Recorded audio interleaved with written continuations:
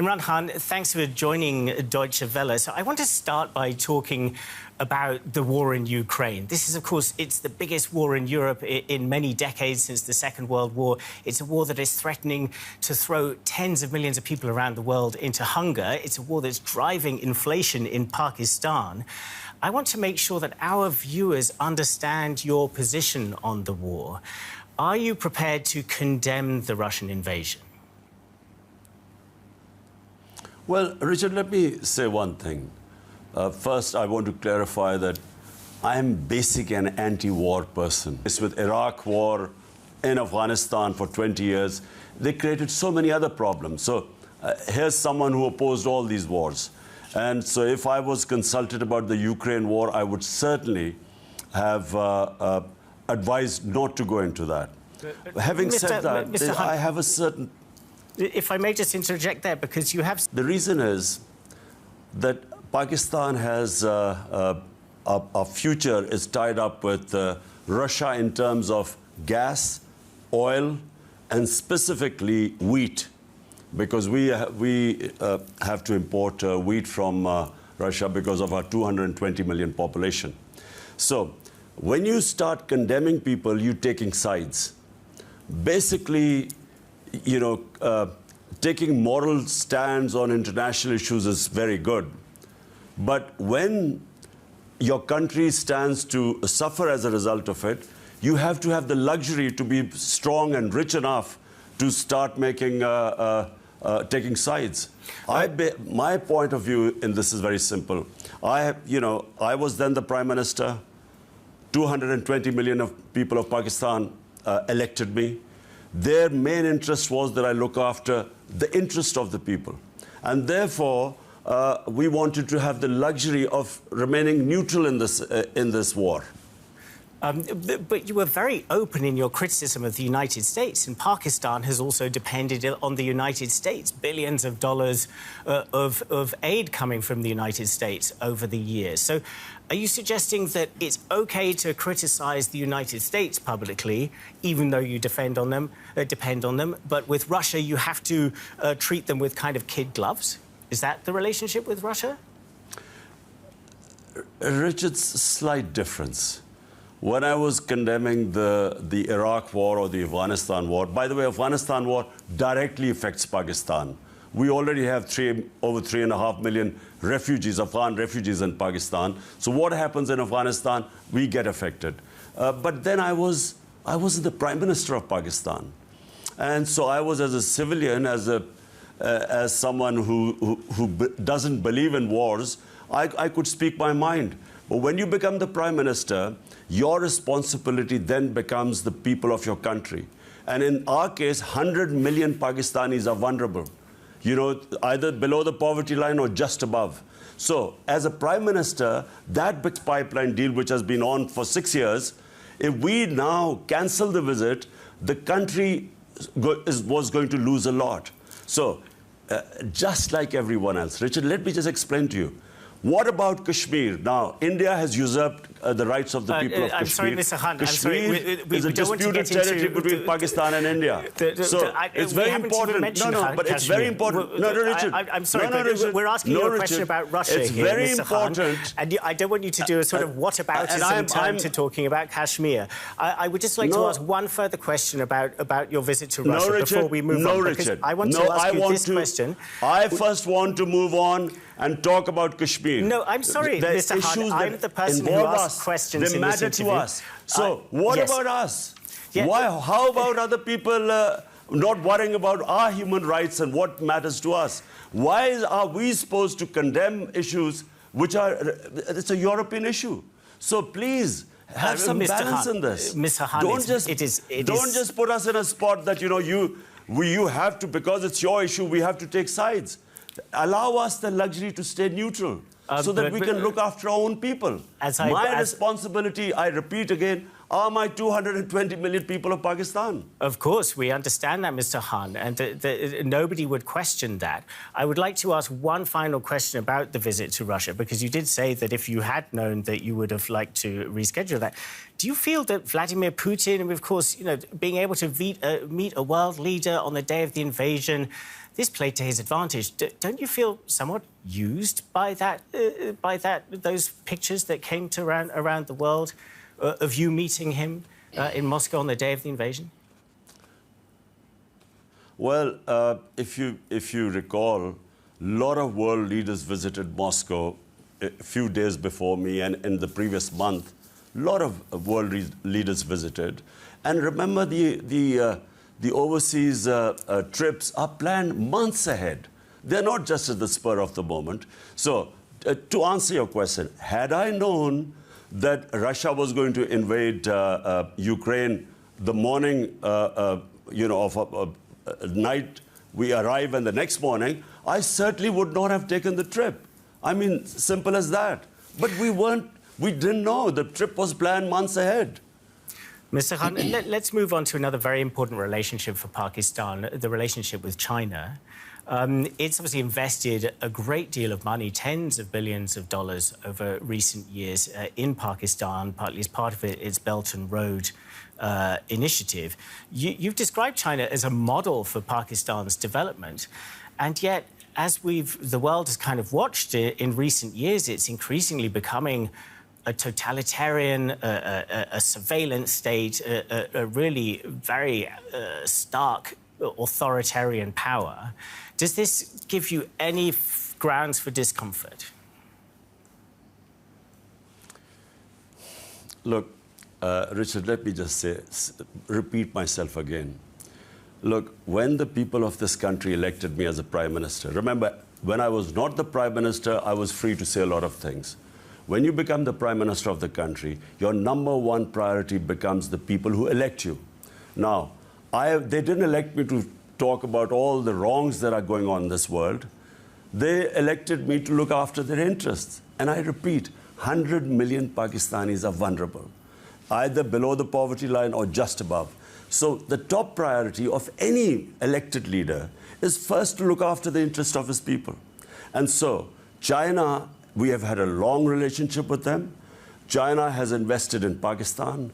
Our main interest is that the sort of development that China has done is much more likely to suit us than, for instance, the Western countries, which have developed long time ago. China developed in the last 30 years. It's a model that we could learn from. So when I praise China, I talk about the development model. But are you not concerned with this degree of investment that's coming in from China, about the amount of kind of control that China is going to start building up over Pakistan in the long run? All of these very important connections coming down from Xinjiang, for instance, and down towards the ocean. Are you not concerned that you're building up, you just described a dependency for things like wheat and gas on Russia, that there's a dependency building up here that could be risky? Look, Richard, China so far, I mean, from the Pakistan experience, they have a very light touch. I mean, when 3.5 years of my government, I mean, we never felt any pressure from Chinese to do this or that, or there was, I mean, we never felt, and by the way, throughout our relationship with China, China has never pushed its way around in this country to tell us to either do this or that, or, force their own views on us. It's never happened in Pakistan. So, But Pakistan and China have a long relationship. Mr. Han, isn't that happening indirectly, Mr. Han, through the fact that you have evidently said in the past that you do not evidently feel free to criticize China about what is happening in Xinjiang, which neighbors Pakistan?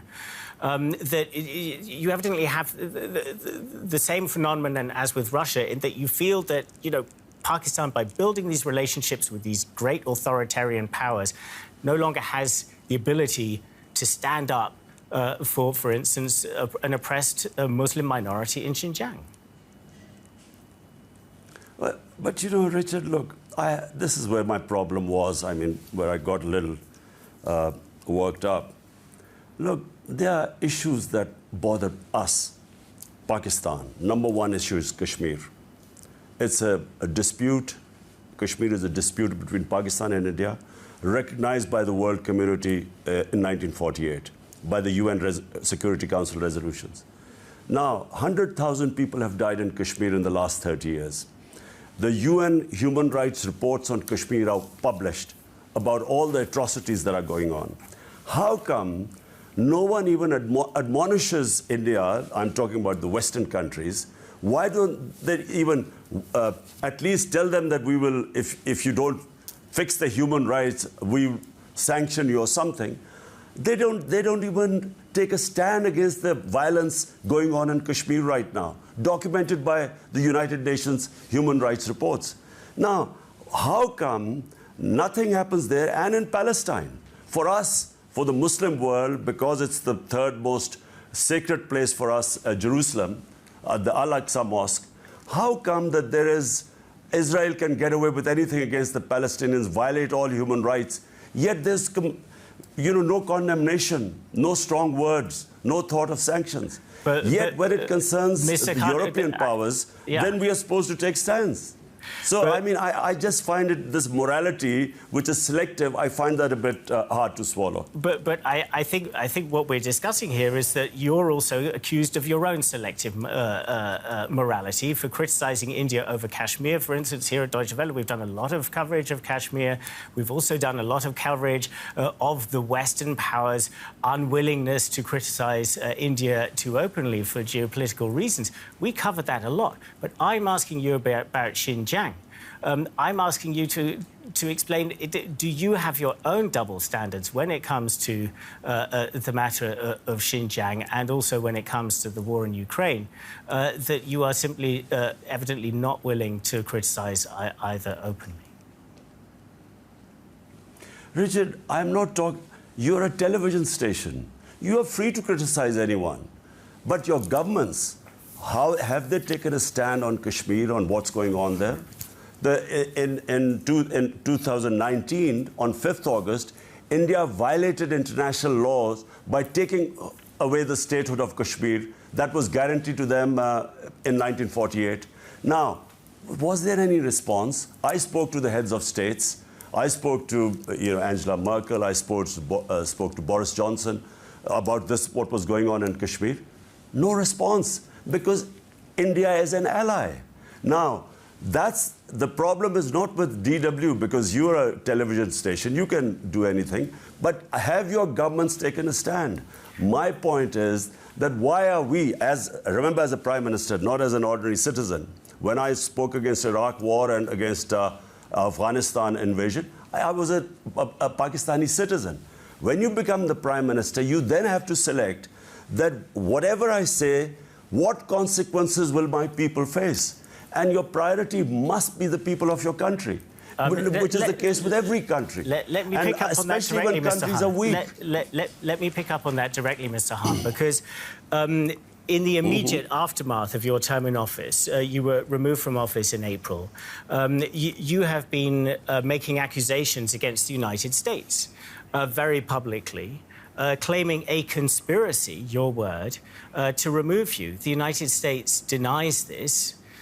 This is an accusation you've been very public with. Do you stand by this claim that there was an American-led conspiracy to remove you from office? Well, Richard, let me at the outset explain that anyone would want to have a great relationship with the US. It's a superpower. And Pakistan particularly, because we have a large amount of exports which we send to the US. And secondly, the most powerful Pakistani community is the Pakistani-American community. And I had perfectly good relationship with the Trump administration. Now, I'll just give you the facts. These facts were read out in our cabinet. They were presented in front of our National Security Council, which then said that there was interference by the US, and they actually demarched the US in Pakistan and in Washington. And the Supreme Court Chief Justice, the president of our country, has sent that cipher, which was where I based my allegations on, has been sent to the Chief Justice to hold an inquiry. Now, I'll tell you what happened. 7th of March, a US Under-Secretary of State, Donald Lu, meets the Pakistani ambassador in Washington and threatens him that unless Imran Khan was removed, the Prime Minister was removed, by a vote of no confidence, there will be consequences for Pakistan. On the next day, the no confidence is tabled. This threat was issued before the no confidence. So we have this cipher, official meeting between the ambassador and this Under-Secretary of State. This, then I saw that as well as it went to the president of the country. Now, after that, the moment he issued the threat, then came the no confidence motion, and then our people, my own party members and our allies, started abandoning us. So we have evidence. So Mr. Khan, I would like to pick up the story at that point. So you have made these claims. The United States has denied that. Also, the military establishment in Pakistan has not used the word conspiracy in what you described there. And I would put it to you that is not all of this talk of an American plot really a way of obscuring a rather more simple truth, that what happened to you is that you lost support, you lost the confidence of Pakistan's military, that you had obviously some kind of falling out with General Bajwa, the head of the military, and this opened up the space for them to drop you and for you to be challenged. Well, Richard, let me just give you a bit of the background. I was in power for almost 4 years. The first 2 years, our country went through very difficult time. We inherited a bankrupt economy, one of the biggest current account deficits in our history. That can be easily Googled. Next year came the COVID-19. So first 2 years, we really went through, the country went through bad time, like, you know, in the second, everyone all over the world suffered during COVID-19. But in the third and fourth year, Pakistan's economic growth was the best after 17 years. We grew at 5.6 and 6% respectively. So if our allies or our people had to leave us, I'm talking about, you know, in the no confidence vote, then they should have gone in the first 2 years when the country was going through tough times. When we were we had the best employment figures in the subcontinent at the time. Our economic growth was the best. Our exports were record. Our agriculture was booming. At that time, for them to pull the plug, we know what happened, because the American embassy was involved. It was meeting members, dissidents of our, within our party. Mr. Khan, the American embassy was meeting them. So we have evidence. You haven't answered my question, Mr. Khan. Is it not the case that what was fatal for you was losing the confidence of the military? The military gave you their confidence in 2018. That helped you get into office. And now the military has dropped you. Richard, look. By me making accusations right now, you know, whatever I say, the other people will deny it. The best is the president of our country has sent that cipher, the record of the conversation between our ambassador and Donald Lu. He sent it to the Chief Justice of Pakistan to hold an open inquiry. So the best way, we'll find out what actually happened if this inquiry is held. So, you know, rather than blaming other people, let the inquiry come out with the results. But you, I mean, you seem very hesitant to criticize the military, to criticize General Bajwa. I mean, would you have concerns for your safety? Are you worried about criticizing the military publicly? I'm not worried about my safety, but the problem is that we live in a very rough neighborhood. We need a strong army. Just look around in the neighborhood we live. What is going on in the world? I mean, you know, Syria, Libya, Afghanistan, Iraq, Yemen. So Pakistan needs a strong army, and so I would not want to do anything to undermine the strength of our army or to blame our army. What if individuals are involved? Well, let the inquiry find out. This is the best way. The Chief Justice of Pakistan can hold an open inquiry. We'll find out who were the players involved in this conspiracy. But don't you think, feel Mr. it Khan, was a conspiracy, and let's see. But isn't this really the root of Pakistan's problems? Is the military stranglehold over real power? and that this is what has been holding the military back. I mean, Pakistan back. I mean, you say that Pakistan needs a strong military, but you don't need an all-encompassing, totally powerful military that is able to pick up and drop democratic leaders as they see fit. Don't you see that is Pakistan's biggest core problem? Well, Richard, look, Pakistan was a security state. Why it became a security state? Because the moment Pakistan was formed in we got our independence in 1947. 48, there was a small war with India. And so the fear in Pakistan that a 7 times bigger sized neighbor, and we started on the wrong foot with them, that's why we became dependent on our military. And so the military obviously got prominence. So therefore, whenever the democratic 3 times, well, let me just say 62 years, past 62 years, half the time we have been ruled by military, and half the time we have been ruled by these 2 families, the Bhuttos and the Sharifs. So, unfortunately, when you have military intervention, and when the democratic government comes after that, it takes time to evolve the democratic culture. And so it also, that balance between the military and the democratic government, I think the country is moving towards a stage where we will find that balance between a security state and a democratic state. And I feel we are moving in that direction. I feel if you have free and fair elections in Pakistan, we will move into that direction where we'll have that balance. Mr. Khan, I would like to close with the question about exactly that. You've made it clear you want to try to get back into power. You want to battle another election. Will you commit here to accept the result, whichever way it goes? Or are you concerned that it might be rigged against you? Look, as it stands today, Richard, I'm afraid we have no confidence in the Election Commission, because it is totally biased. It is, so far its record has been terrible. But for the future of Pakistan lies in a truly democratic system. And democracy means you have to have free and fair elections. If you do not have free and fair elections, when people don't accept the result after that, that's when the acrimony starts.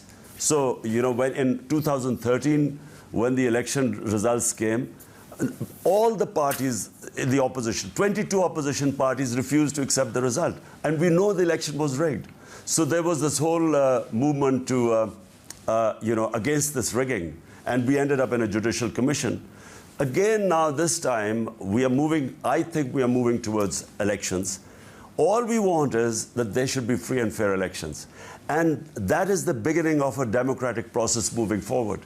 Because we have now had almost 14 years of democracy, because we had 8 years of General Musharraf's dictatorship. Now there are 14 years of democracy, and we are moving forward. I feel that the country has moved forward. I think the days of martial law are over. And all we need, as I repeat, free and fair elections. We have time for one more very final question, Mr. Khan. Obviously, a major issue for you in Pakistan's backyard is Afghanistan. We've seen what is happening with the Taliban there. They're backtracking on commitments on human rights, on girls' education, and many other issues. Humanitarian crisis really taking place there, security crisis too. Do you regret your sort of supportive position towards the Taliban? Do you still believe that the world should recognize the Taliban? And if so, if you do believe that, why should the world recognize the Taliban, given what we're seeing, the reality there now? Well, firstly, Richard, the only people I support are the people of Afghanistan. And when I spoke about that there's no military solution in Afghanistan, it was knowing the history of Afghanistan that eventually, like the Russians, or the Soviets, before that the British, whenever outsiders have tried to impose a military solution, it hasn't worked in Afghanistan. They're very independent-minded people. Now, immediately when you ever talk about, that there was no military solution, people like me were dubbed as being pro-Taliban. We are pro-Afghanistan. And at the moment, people in Afghanistan have peace after 40 years. Now, in my opinion, you cannot impose human rights from outside, and especially to independent-minded people like Afghanistan. I feel that the people of Afghanistan, the government of Afghanistan must be engaged. And the more you mainstream the government, the more international community engages that, more chances of them sort of finding this equilibrium, which from the conservatives and talking about human rights. I feel that the more you engage them, the more people of Afghanistan will assert their own rights. Because people of Afghanistan are strong, women are strong. Give them time, I think they will assert their rights. But I think by isolating Afghanistan, there's one danger which especially people of Pakistan are worried about, that if you isolate them and if there's chaos in Afghanistan, there's a chance of terrorism, international terrorism, again, finding roots in Afghanistan. And Pakistan already suffers from attacks from what is the TTP, the Pakistani Taliban, who attack Pakistan from Afghanistan soil. So therefore, in our interest, the more stable a government in Afghanistan, the less the chances of terrorism.